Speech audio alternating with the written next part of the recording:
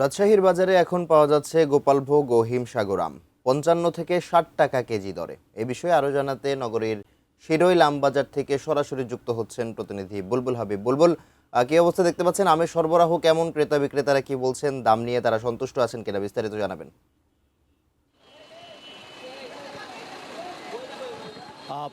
Mahathir, আপনি জানেন যে সারা দেশের মানুষ যাতে পরিপক্ক আম খেতে পারে সে কারণে জেলা প্রশাসনের পক্ষ থেকে ম্যাঙ্গো ক্যালেন্ডার তৈরি করে দেওয়া হয়।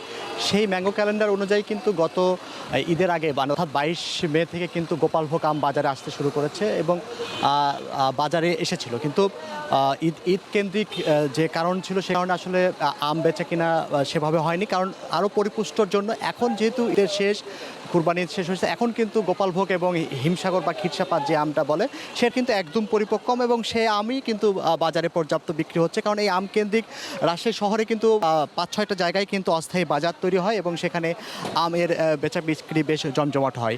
তো আমরা যদি একটু জানার চেষ্টা করি যে আপনি যদি বলেন যে আমের বেচা কিনা এখন কেমন শুরু হচ্ছে? বেচা কিনা মনে করেন শুরু হয়েছিল, মানে এখন তো বাজার ভালো না।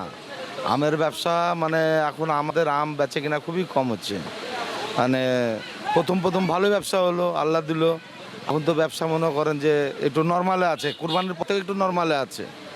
তাই আবার জি, ধন্যবাদ আপনাকে। তো আমরা একজনের কথা শুনছিলাম, তো তিনি বলছিলেন তবে এই ব্যবসাটা আসলে নির্ভর করে প্রত্যেকের আলাদা আলাদা আম যে বেচা বিক্রি করে সেটার উপরে নির্ভর করে। তো আমরা যদি আরেকজনের কাছে একটু জানতে চাই যে আপনি যদি একটু বলেন যে আপনার বেচা বিক্রি এই কুরবানির ঈদের পরে কেমন জমে উঠেছে?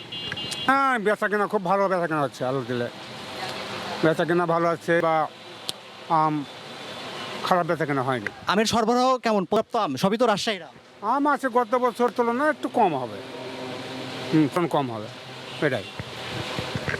মাহাত্মা শুনছিলাম যে এবার হলো যেহেতু একটু খরা ছিল বেশ এবং বৃষ্টিপাত তেমন হয়নি, সে কারণে কিন্তু আম যারা আম চাষি তাদের মতে যে আমের সাইজগুলো একটু ছোট হয়েছে এবং আম যে পর্যাপ্ত যে